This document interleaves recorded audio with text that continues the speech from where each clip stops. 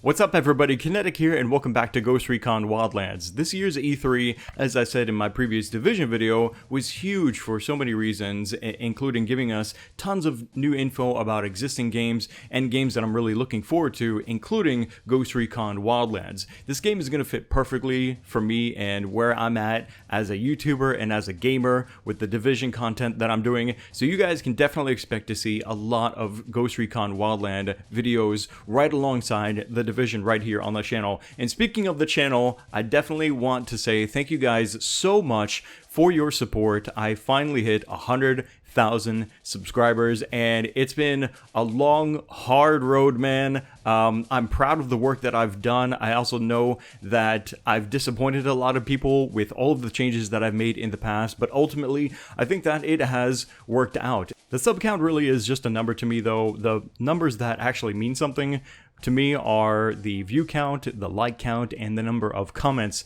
on these videos, because that's the real feedback to let me know how I'm doing and how I can improve the quality of my content. One last time, thank you guys for your support. Let's get to the gameplay analysis for Ghost Recon Wildlands from E3. This is an analysis, as I said, from the E3 presentation by Ubisoft. Also an analysis from the details that I've noticed from the Gamespot and IGN videos as well, which I think is some pretty interesting information. I'm willing to bet that there's some things here that you guys did not see. In fact, I'm also willing to bet that there's some things here that even IGN and Gamespot didn't notice either. So the first thing that we notice is that the player from the Ubisoft presentation is able to scout and mark targets. Now, it's not apparent how valuable this is because for whatever reason they disabled the mini-map from their presentation, which I only got to see from the GameSpot and IGN recordings. And since we can see the minimap, we can also see the red markers that are indicating where the enemy's position are, and also shows a yellow circle, which is kind of a general area for where the mission objective is.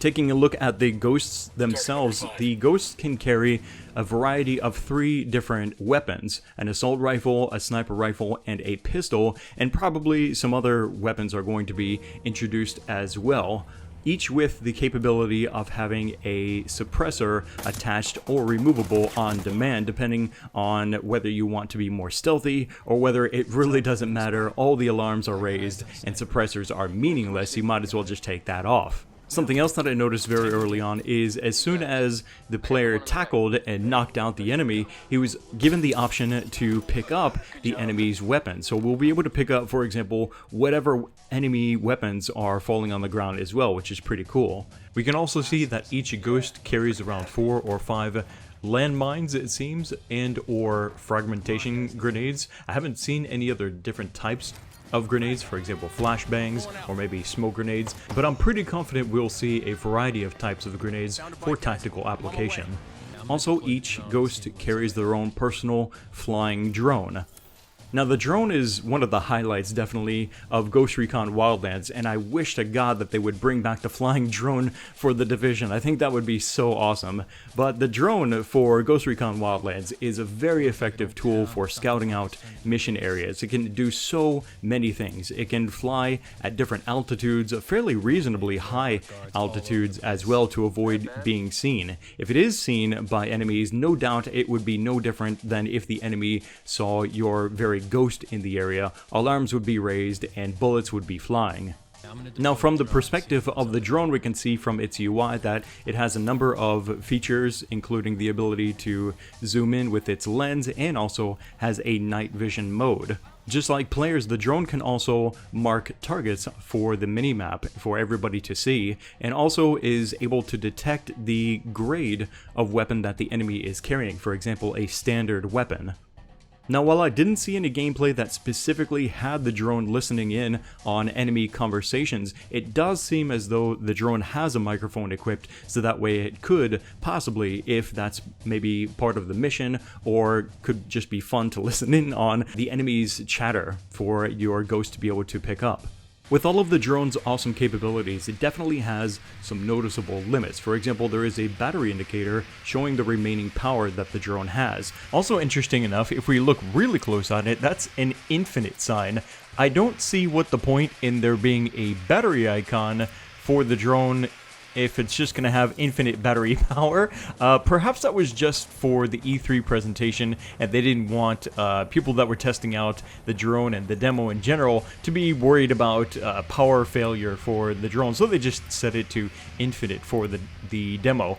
It would seem to me that there's a reason why there's a battery icon, and I think we can expect to see when the full game comes out that the battery icon will actually have some meaning, and that the battery will drain and possibly need to be recharged, or maybe naturally recharge while it's inactive. Time will tell.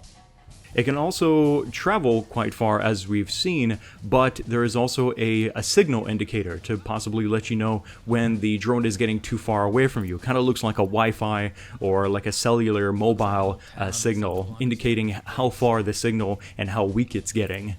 Now, if any of the Ghost Recon Wildlands devs happen to be watching this video, can we please get an upgrade feature where maybe if the drone is spotted by an enemy, he can just like tase, if he's close enough, he can like tase the enemy with like some electrical shock just to prevent, like, you know, him raising alarms or something like that. I think that would be just so awesome, man. That would make it like the coolest drone ever in gaming history. Let's get back to the overall missions that the Ghosts are going to be undergoing. Missions often seem to have multiple phases that involve different objectives in different locations. This also means that traveling significant distances from one location to the next via vehicles, cars, motorbikes, and choppers is also likely to be something you and your Ghosts will do for each mission.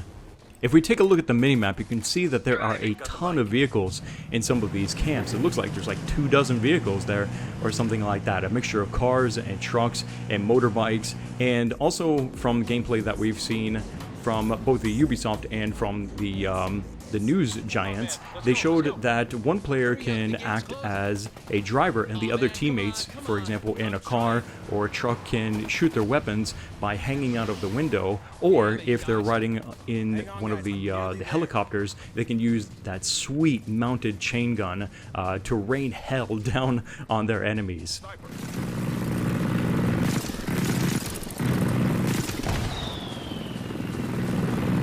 Also, a fun note about riding in cars and trucks is that they play music, or they have sort of like talk radio from local radio stations in Bolivia.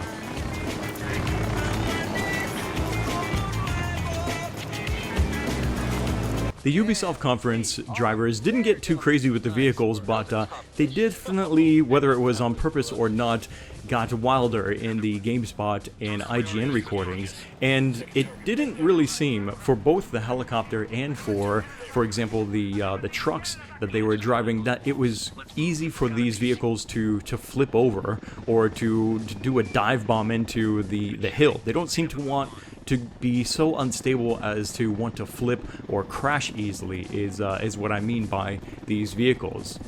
It also doesn't seem possible to be able to shoot out tires very easily. At one point, one of the players was trying to prevent the escape of one of their targets by shooting out the tires, and this just failed miserably. I don't know if that's just not a thing yet in the game, but I would certainly like to see tires be able to be blown much easier. Also, riding the hood is not a thing. That's probably going to disappoint some people. You can't sit on the roof of the car or the hood or something like that and then have your buddy drive off, because he'll just leave you behind.